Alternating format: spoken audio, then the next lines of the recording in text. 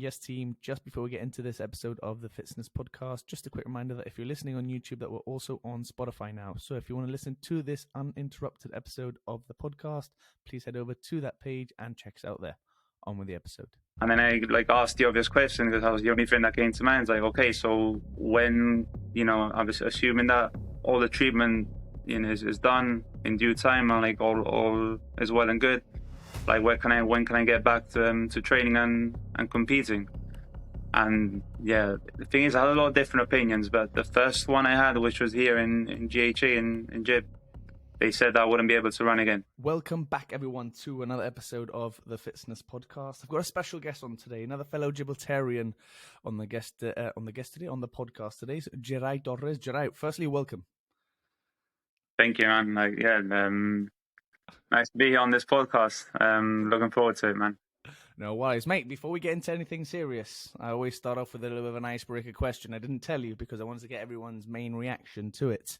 Now, obviously, Jerai's taken part in many competitions, a sprinter, by the way, in case you don't already know. You should, in case you don't. But obviously spent a lot of time in different competitions, surrounded by different sports, and I thought about this one really, really hard, all right? So if you, all of a sudden, someone dropped out sick from a specific event in a different sport and you had to take their place, what would you do? As in, what sport would I do? Whatever sport, whatever discipline. It's a tough one, really, man. Okay, the obvious answer for me would be football, based on the fact that I've played football in the past before athletics. But I don't know, man. At the same time, it's kind of a boring answer. If I'm honest, I did enjoy badminton a lot when I was in school, so it's something I'm curious about. But yeah, any of the two, man. But badminton, I think. Oh, I like the additional badminton answer. That's a good one. Rose, obviously, I am fortunate to have researched and obviously known Jerai a little bit, obviously from the links in Gibraltar. Gibraltar's about 10 meters long. So obviously everyone kind of knows that they're thereabouts, everyone. So, but obviously I let Jerai go through his journey and what he's been through so far. It's an incredible one, ladies and gents. Obviously why I've had him on the podcast today. So, Jerai, over to you, mate. Thanks. Basically, from a very young age, I started off with football, as I mentioned earlier. So I started off with football, I was 7 or 8 years old. And then I got into running when I was 9 or 10. So basically it was this race that announced in back when I was in school, in middle school. And yeah, I was interested in taking part, and it all went from there, really. I got into training. I was doing both football and athletics. And yeah, it got to the point where I couldn't really balance them both because, obviously if I got injured in football, it would affect me in athletics, which was very likely the case because, football is very physical. And vice versa. Yeah, more in football because, football's a contact sport, whereas running, unless you trip or something, it's not very likely you're going to get injured unless you get a pull. But yeah, eventually when I got to 16 years old, I saw that I had more of a future in athletics, especially given the fact that, back then, this was, I'm talking 12 years ago, GFA weren't in UEFA or FIFA, so there wasn't any opportunities there. Whereas in athletics, I had the potential and the chance to go to World, Europeans, Commonwealth. So obviously, that caught my eye. And yeah, I left. So I sacrificed the sport of football. I just dedicated to athletics fully. And yeah, I'm still involved since then. So it's been a good 12 years now, man. That's pretty. It all adds up. I think it's a bit of a debate going on. I don't know if you've heard about it too much in terms of how much young sportsmen or sports boys and what girls they do, sort of whether they should specialize really early. And I think that's I don't know. I'm a strength and conditioning. I'm trying to be. So then obviously you speak about how much benefit it has for guys and girls to play a bunch of different sports. What do you reckon is your opinion on that, first and foremost, just before we go into the rest of your journey there? What do you reckon your opinion is on that? As in debating what sport to go? Or whether they should specialize early, whether they should just play as many as they can. depends how young, really. Like, I mean, once you get to 16, obviously you're old enough, to like think about what you want to do, future wise. But like, let's say you're like 10 years old, like in middle school, for example, or just going into Bayside or Westside. I would say just dabble in like as many sports as you can, like whatever you enjoy, really. I mean, at that age, unless you're like ridiculously good at any sport and you like have any chance to go pro, I wouldn't like think about it way too much. Me personally, like I don't regret it at all. Like you know, being involved in various sports, because I even did bowling as well for a while, which has nothing to do with like football or running anyway. But yeah, like I enjoyed it obviously. So I just tried to balance it as much as I could until it got to that point where I couldn't. But yeah, at a young age is what I said, man. Just enjoy your time and don't think about it. Don't overthink it, really. Do you reckon like when people see like the competitions like evolving, like Gibraltar getting into UEFA, FIFA, and maybe even when we finally got accepted to go and compete in Commonwealth Games and Ireland Games and things like that, do you reckon it puts more pressure on like the younger grassroots level to like start like maybe not to perform, but maybe it puts a bit more pressure on them to be like, look, I need to like start committing to a sport? Possibly, yeah. Especially given the fact, like, for example, from football here in Gibraltar, like, the promotion it has now compared to, I don't know, 10 years ago, 10 plus years ago, like, it's literally night and day. Yeah. So obviously a lot of little kids look up to, the players now. They'd love to be a football player and play for Gib in the future. So I think that would probably add pressure, as in they probably think like, it's like a must for them, like to get into GFA and represent Gib. Whereas I don't know, 15 years ago it probably wasn't as important. And yeah, the same with like any other sport. For me, like to be fair, that was a bit of added pressure for myself, like knowing that I had so much potential. Because obviously a lot of like people would tell me like around me that I could go to Island Games, Commonwealth Games, Worlds, Europeans, you name it. So I did feel a bit of pressure on me and like some form of expectation. But at the same time as well, like it's kind of like a make or break thing. Like you just need to decide on like, am I gonna let this like affect me like negatively, or am I gonna use it to my advantage and and prove people right, basically.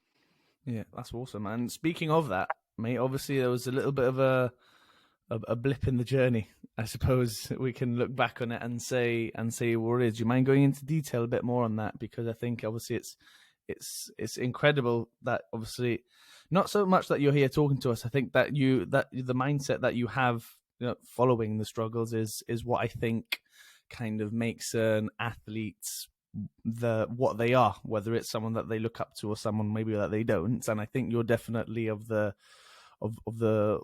first caliber of that people should look up to a lot. So do you mind just going into a bit more detail on that? So I mean, I've been fortunate really, like throughout my whole career. Like I've rarely had injuries, to be honest, and that, and like so I've consistently been training and performing. But yeah, like a couple of years ago, going on 3 years ago now, man. Time flies, man. Literally in 2020, which was, as like for many people, I'd imagine like the worst year. So September the 9th, 2020. No, sorry, the 10th. So the morning of National Day, like in the early hours. Yeah.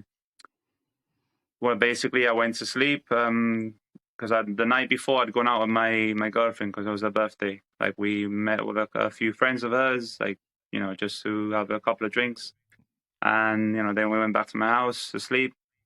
And yeah, like next thing I know, I was like woke up in the ambulance with paramedics looking at me, like asking me a lot of these like different questions. Yeah, I remember one of them was like, you could imagine at that moment, I thought it was it was a dream. And then like as minutes went by, like, I realized it wasn't. I was like, what's going on, man?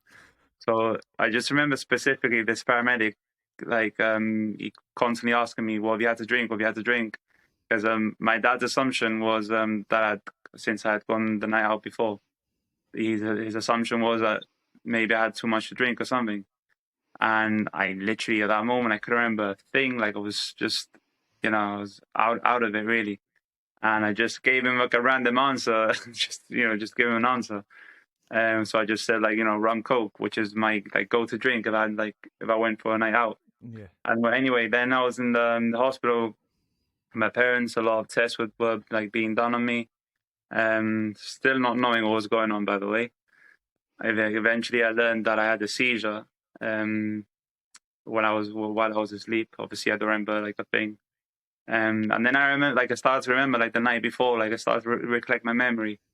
And, I remember, like, wait, the night before, I literally only had, like, a drink or two, which was, like, a cider it was. So then I was, like, thinking, why am I here? Like, obviously this can't be due to drinking, because, like, it's not like I went out and got wasted or anything. Yeah. So, yeah, like, long story short, they did a lot of tests on me. They even tested me for COVID at the time. So, yeah. All good, all well and clear. I went walking home because I live right beside. And then the same thing happened like a few hours later. So again, I woke up in the ambulance, same story. And yeah, you can imagine, I was like, at that moment, I was like, okay, something seriously going on. But yeah, man, they nearly did I was there the whole national day. Just in the ward, really, so recovering. They were doing some tests on me. They had to do an MRI, but they couldn't do it there because I don't think they've got the equipment for it. No. And then, a couple of days later, I went to Algeciras. They did an MRI there, and then they found what I have, which is basically, I'll try to explain it in simple terms. So it's basically like a tangle of blood vessels. It's literally like right in front of my brain. So obviously everyone's got blood vessels like throughout their body, and so mine from birth or from like when I was a toddler, it's been growing up normally to the point where it got due to the tangle it grew to like the size of a tennis ball. Wow. So yeah, it was a weird thing, man. Like for me at that moment, like to see that and to see the image as well, like, it was shocking. And then all the news came in, like, you can't, due to the seizures I had, you can't drive and you can't do any physical activity, so no sports. Like, a lot of things changed for me in that moment, and yeah, it was surreal, man. I'm not gonna lie. But was it always I suppose for me, I don't know about, I'm not, thankfully, and I've never had anything like that happen, but whenever an injury happens, you kind of always revert back to, when can I run again? Yeah. When can you like play sport again? When can you, I don't know, when can you hit a ball or whatever? Was that your case as well? Yeah, that was literally my first question, man. I mean, the driving, they made it clear, and like I understood it obviously because I had a couple of seizures, and it's against the law to like drive when you've had seizures. Yeah. Like, you need to wait a certain period of time, so that's fair enough. And then I like asked the obvious question because that was the only thing that came to mind. It's like, okay, so when I was assuming that all the treatment is done in due time, and like all is well and good. Like, when can I get back to training and competing? And yeah, the thing is, I had a lot of different opinions, but the first one I had, which was here in GHA in Gib, they said I wouldn't be able to run again. So that was like a massive shock for me. I was like, nah, there's no way. Like, because I mean, what I have, not to say it's not serious, but it's not something surely that would affect me doing any form of sport, not just running for that matter. But then, yeah, I had a different opinion once, like a few months after. Once I went to Sani in Marbella, that's where I started my treatment. And he said, this is where I got the relief. He said that I would be able to, but it would, take quite a while. Yeah, assuming that the treatment goes well. And I'd have to start off like slowly, because the thing is that any blood pressure that goes up, so because obviously when you do sports, you have increased blood pressure. And any increase in blood pressure, while I had, I mean, now obviously due to so many procedures I've had, it's pretty much like done. So I'm safe now. That's why I'm training on that. But back then, like, he said that I couldn't do any any training where he said I could do light training, but no, not the training I was doing, Yeah. which is sprinting, heavy lifting, like none of that. But yeah, it was tough.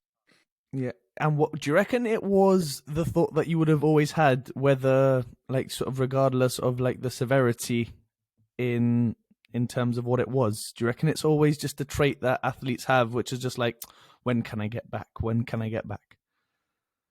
Yeah, I think so, man. And especially like if if you take a sport seriously, which in my case I've been doing now for 10 plus years.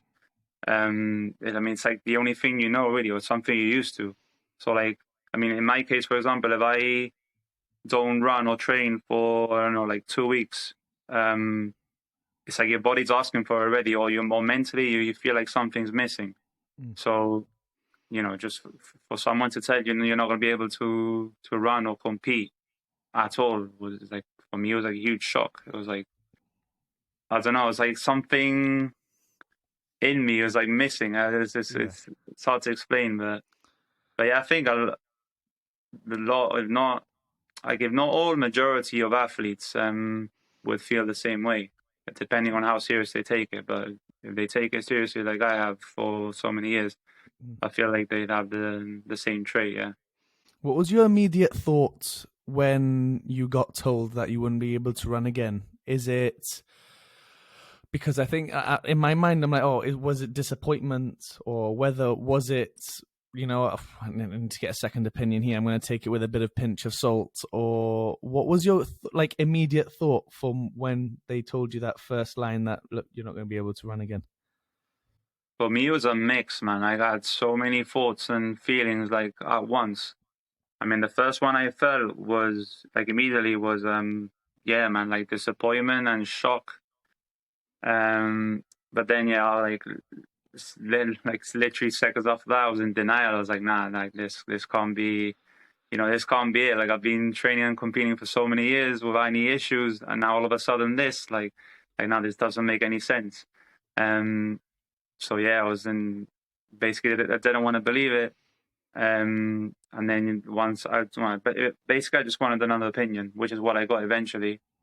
And luckily it was, the opinion I wanted to hear. Like, it's not that serious.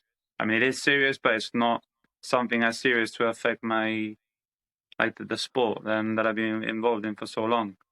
So yeah, to answer your question, man, there's a lot of feelings and emotions, man.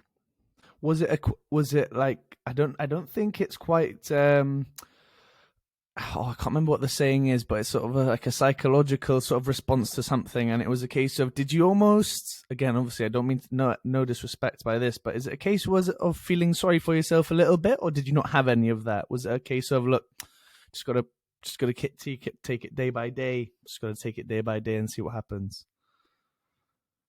What did the sort of recovery then look from that point? Because I can imagine, again, I'm using my scientifical nature here and trying to imagine what your recovery would look like. But what does it look like in terms of from the start to a point where you are today? Was it a case of treating it first and then being able to like the rehabilitation afterwards, which is what you traditionally see, or did you have to wait some time for obviously your blood pressure to go down for your body to let it heal itself? So I started treatment in April of 2021. So almost 2 years ago now, man. But anyway, yeah, like at that time, like it was still early days, so they told me I could do light training, which is basically just a jog and that. So I mean, I tried to do that and maintain some like form of fitness. But obviously, it's not the same at all. No. But it was just a case of getting treatment done like every month. Because the thing is that when they started treatment, because the imaging they've got is way more clear than MRI, so they were able to see like the blood vessels like clearly and what they were working with, and they saw that like a couple of aneurysms. One of them actually was like quite large, and I remember them clearly saying like, this is very risky and like you need to get this like treated ASAP. If not, it's at a risk of rupture, and that's when I can get like a brain hemorrhage.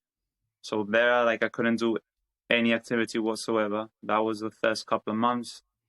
Then they were able to treat it. Luckily, no issues at all. Everything went well. So in total, I had 4 done. And this was in Sani in Ben Almada now. So I had to go every month basically. And I finished it in October of 21. And I remember clearly because I pretty much asked like every single time like that I had the procedure done. I asked, so can I train now? Like I was just very persistent at it. And then the last one I did in October, I thought since the last one, I asked and I just asked, look, is there any risk of me at least like transitioning from light to moderate training? And they said, no, like you're fine. Like you should be able to train now as normal. Just don't overdo it. But you should be okay now. Like there's not as much risk as there was at the start. So yeah, like literally, like I said, all right, say no more, and I just started training again. And that's when I started thinking way more positively. Like I set myself that goal of like trying to at least get back to the level I was prior to, the medical condition that was diagnosed. So that was, like I mentioned, October 21. I started training intensely, you could say, like November/December. I remember the first few sessions were like the hardest for a long time. Because the thing is as well, I gained a lot of weight due to the cortisone I was having. Because after every procedure, I need to be on steroids for like a week and a half, and I gained a lot of weight due to the fact as well that I couldn't train. So I was like 10 kilos heavier than I'm used to. And yeah, man, it was very, very tough, but slowly but surely, as well with the diet that I started, I started to get back in shape. I started to feel sharper, and yeah, man, luckily I was able to get not back to the level I was at, but at least close to it. And I saw your physical transformation. Mate, it was unbelievable. What about the psychological transformation that you probably had to make as well? Because I suppose it must be tough to like sort of see competitors maybe in a place like Gibraltar where there's some pretty good sprinters in terms of from what I'm aware of in terms of things like Commonwealth Games or like Island Games and things like that, where you're seeing Gibraltar almost sort of push on with athletics as well now, which is awesome to see. Was it tough for you, and did it take a bit of time to almost improve your mental state as well, knowing that you couldn't do anything that all your competitors or teammates, yes, but rivals as well were doing as well? Yeah, it was definitely tough. Like the start, it was, I'm not gonna lie, man, it was horrible for me. I mean, one thing is knowing that you can't train or compete. Another thing is like seeing everyone around you. I mean, for example, my teammates, obviously, or like my coaching group, I'd be happy for them. But at the same time, I did feel like a little sense of like jealousy in a way, because you just want to be there with them. Obviously, they have no fault at all or anything, but no, of course. But yeah, man, at the start, it did affect me a lot. So mentally, I was like almost rock bottom. I mean, I don't want to say rock bottom because that would be like depressed. But yeah. It happens, in a way, though, I suppose it's the only thing that it's the body's natural instinct when you've been used to doing something for so long, and then all of a sudden it's stopped for the moment. No, see, exactly, man. It's like the best way I can describe it is like taking candy away from a kid, pretty much. Yeah. When they start to cry again, like that scenario, really. So yeah, man, for me, like especially after so many years of training and competing, it was like a huge shock. But eventually, luckily, all the training and getting back into competition, even though it was very tough at the start. But seeing that transition, that was like improving in sessions, improving in like as well in the weight loss journey that I started, and that psychologically helped me a lot.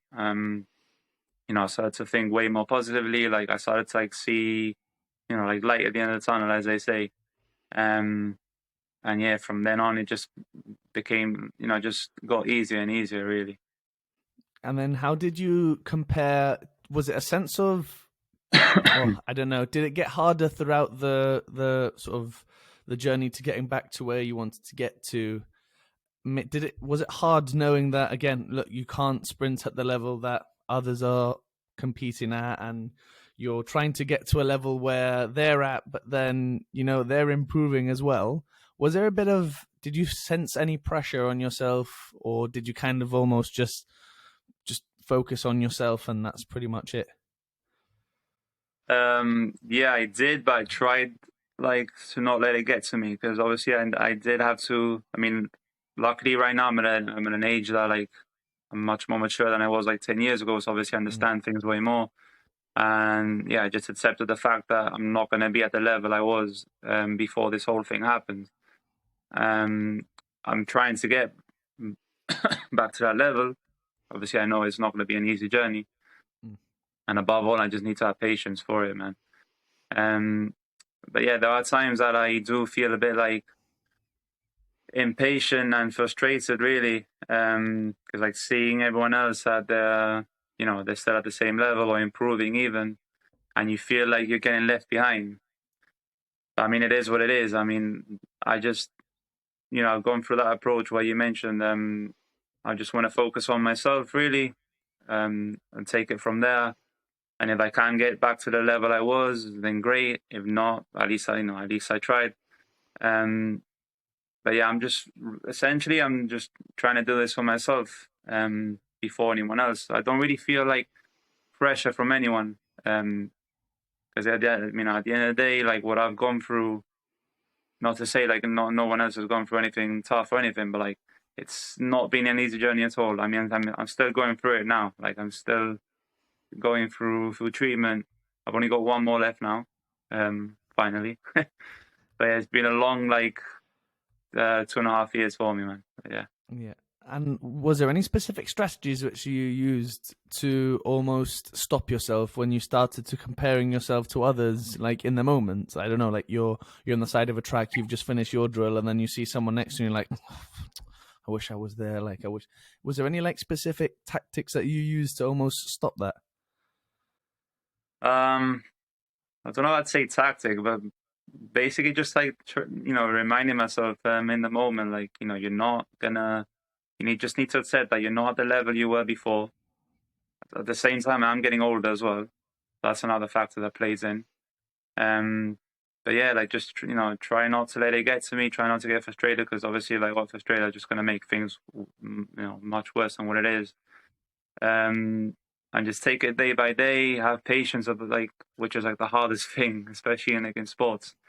But yeah, so that's basically it. And I mean, last year it proved, because I had a lot of patience. Eventually, I got the go ahead to train and compete, and I saw a lot of results. Literally in the space of 8 months, I lost almost 15 kilos. I was back to competing, and not just competing in a race, but actually being competitive. I was so I'd run in Spain, and seeing that I was able to, beat some athletes, obviously that gave me a boost in morale and in ambitions going forward.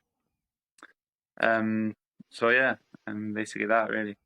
What did you find harder out of your recovery from that point of view? Was it psychologically or physically then, if you can look back on it now up until this point? It's a tough one, man, because they were both really hard. Yeah.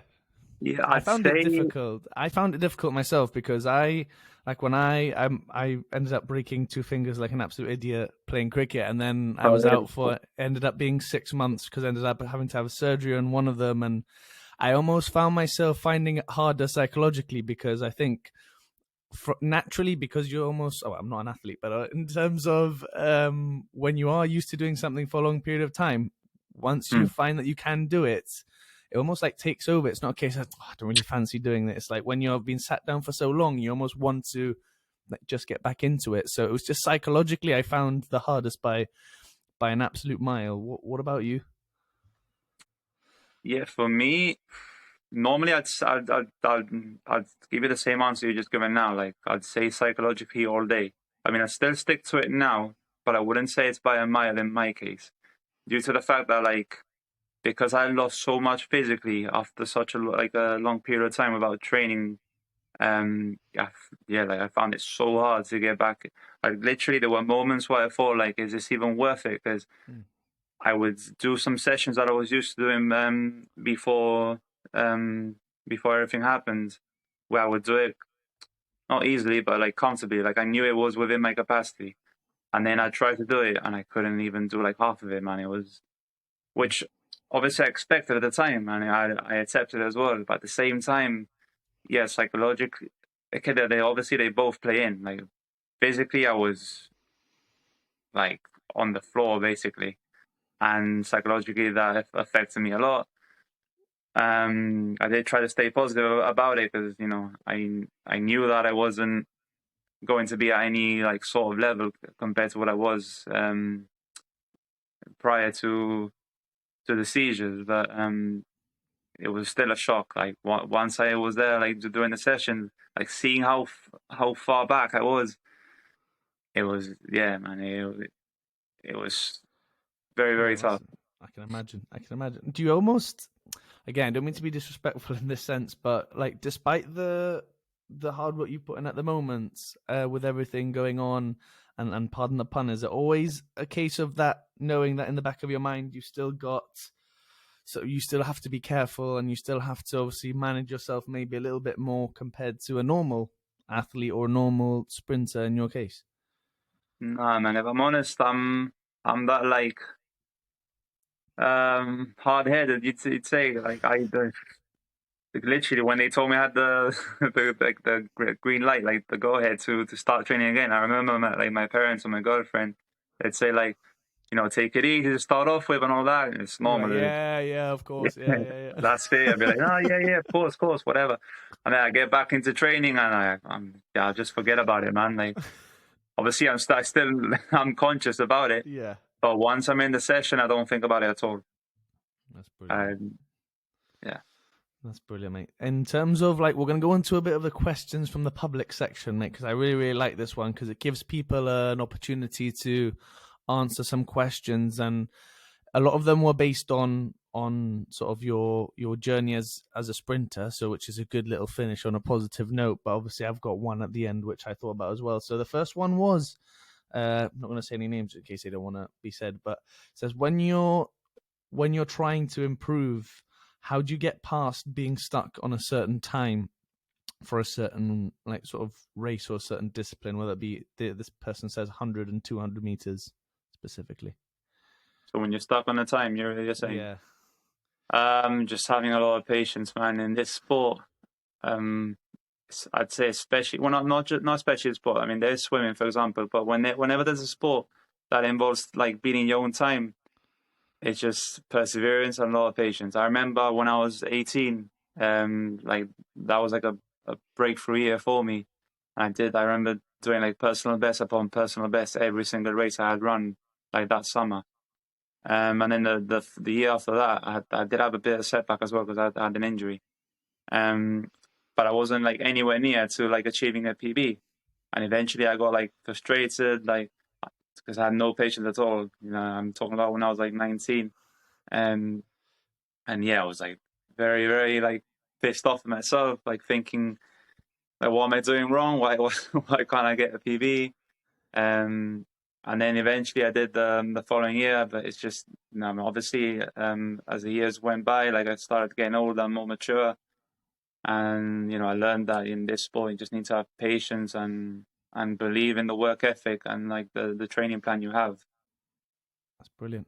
That's awesome, mate. And so the second one that we've got here, you touched upon it a little bit there, but how do you deal with, obviously, the main point of the stuff that we've spoken about is an injury in itself, if you like, maybe one more bit more out of your control. But how do you deal with specific injuries when they happen relating to sprinting? I mean, assuming it's a severe injury, that's you're gonna be out for a long time. Um, it's just really like trying your best to like be positive about it. Um, don't feel down. Just think like, look, at the end of the day, you are gonna get back into training and competing. Um, obviously go to see physio, and do everything that you're told in terms of rehab and that. And just think like, you'll get back stronger really. I know it's easier said than done, depending on the person you are, but it's something you do learn. Because obviously I'd struggled to deal with it when I was younger. Luckily I haven't had many injuries in my career, but I did have one, for example, a few years back in 2018 where I had a hamstring injury. So basically I had a hamstring pull, and I was out for like competitively for like 2 months. So it was very tough, especially at that time where I was like running my best times as well. So it literally came at the worst time. Um, but yeah, man, just staying positive about it. Just thinking like once you get back, you'll bounce back stronger from it as well. And just believing in yourself really as well, having that self belief. That's brilliant. That's brilliant. So I've got one more, and this was from myself because I thought about it, and I think it's almost like a standalone question. And it's like, can you look back on everything that's happened and regret what's happened and almost feel sorry for yourself, or can you almost push on and almost say that it's made you a stronger person? Yeah, I'd definitely say it's made me a stronger person. Yeah, 100%. Because like I mentioned earlier, like luckily I haven't had many injuries from my career apart from the hamstring pull I had. But obviously that's something that can happen to anyone really. But what I had, I'm still going through now. Luckily at the last stages of it now. But yeah, it's for me it shaped me a lot, not just in sport, but like just in life in general, man. Like I don't. Not that I'd take things for granted as much back then, but I definitely think more about things now that I did prior to this. Like for example, the sport. Um, I try to enjoy as much as I can now, especially knowing that I might not get back to the level that I was at, and it's something I just need to accept. I'm going to try, obviously. Um, but yeah, I mean, at the end of the day, it is what it is. And yeah, just life in general as well, man. Just enjoy as much as you can, day to day, because you don't know what's waiting for you the next day. Brilliant, mate. Brilliant, mate. So we're going to go into the closing notes now because it's been a brilliant episode, and I don't want to take up too much of your time, mate. So if you look back, has there been one or a number of individuals who have inspired you or influenced you in your journey so far? I'd say one of them, well, actually, yeah, two of them. I'd say my parents, for example, like they've been a huge support throughout my career, and especially during these past 2 or 3 years with everything I've gone through. I mean, they've literally been by my side the whole time. But not just these couple of years, but like ever since I started in the sport. I mean, in football as well, but in athletics, like knowing how stressed I'd get at times, like maybe like I had an injury, or I felt like a lot of expectation on me or pressure on me. I mean, luckily my dad's involved in athletics because he's a coach for little kids. He's always loved the sport as well, so he's always been someone to push me and make sure that I've got like the right frame of mind for it. My mother as well, she's always been there for me. For example, like when I started this weight loss journey last year, yeah, she's been like, they not to say that I don't know how to cook or anything, but there's a lot of times I don't got the time for it, and she just took it upon herself to like make all the meals for me and that. So obviously I'm eternally grateful to her for it. And other than that, I'd say my girlfriend as well, especially recently, because she was literally, we started and then months after this whole thing happened. So it's like, I always tell like, it's like you won the lottery with me. Yeah, man. And yeah, I can't forget as well about my group of friends. You know, they've been a huge support as well for me, you know, just these past 2 years, but for so many years. And that's as well, I'd just mention my teammates, yeah.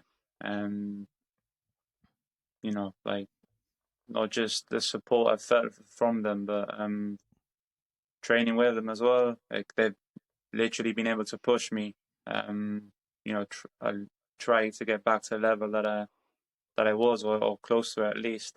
But yeah, there's a number of people. Like, luckily, I've got a good support network, I'd say. So it's made it way easier for me in that respect.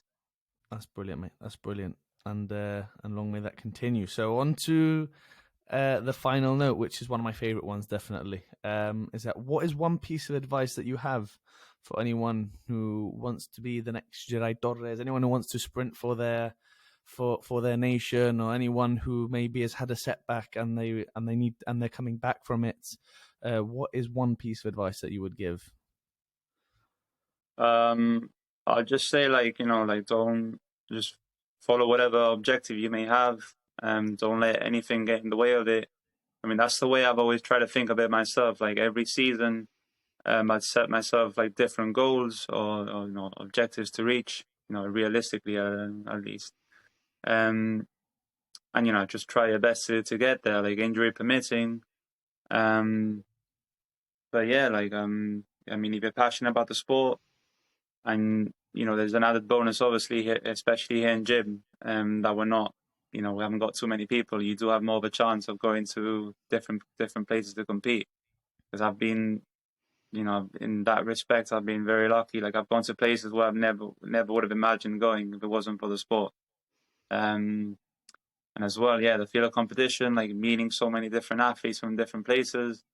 I mean, I was lucky enough to meet Usain Bolt, which is, like, if it wasn't for this, that would have never happened. But yeah, man, like, if it's something that you do enjoy a lot and you feel like you have the potential for it, like, you know, you need to. It is a tough sport.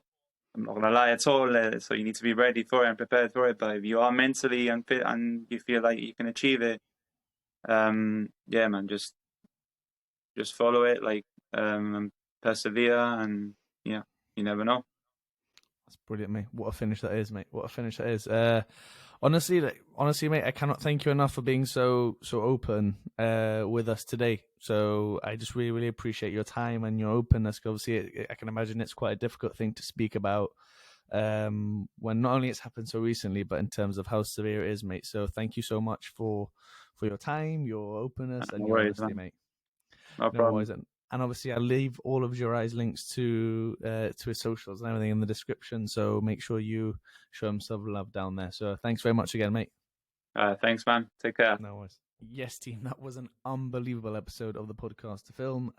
Honestly, it's a bit of a different one because not a lot of people I felt knew about Jerai's story, and I felt that asking him to come on and ask him to speak about it was the best thing to do in terms of to share it, because almost a lot of people might feel a little bit more closed off to speaking about it, and I felt that, you know, it's a massive thing to happen to someone who is competing at such a high level, Commonwealth Games, Island Games, things like that, World Championships as well. So, you know, there's other people who may have gone through it as well. So I thought it was a fantastic episode to film, because it's just allows him to get across his story, which is an unbelievable one. His recovery back to where he wants to get to, which I have no doubt that he will, and it just makes for an unbelievable conversation, because then I learn a lot about how valuable life is, and how within a space of a couple of hours, or a day or two, or however long it is, you know, things can change. So it definitely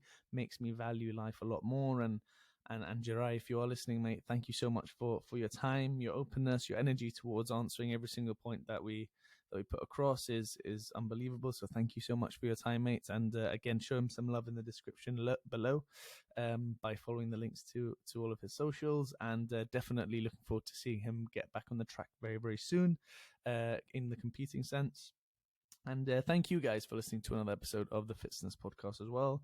As we get on guests like this, which are a little bit more unique, but also incredible, I always finish with a massive smile on my face because I honestly cannot help but feel grateful for people sending messages. You know, you might not see it in terms of the numbers or anything like that, but the amount of messages I've been receiving in terms of, oh, just keep it up, and you know, I love this episode, I really love that one, I took a lot from that, I took notes from that. It's I cannot thank you guys enough, and honestly, really, really, really am grateful, and long may it continue. So if you do feel that this episode helped you, could help someone else as well, then please do consider giving it a share.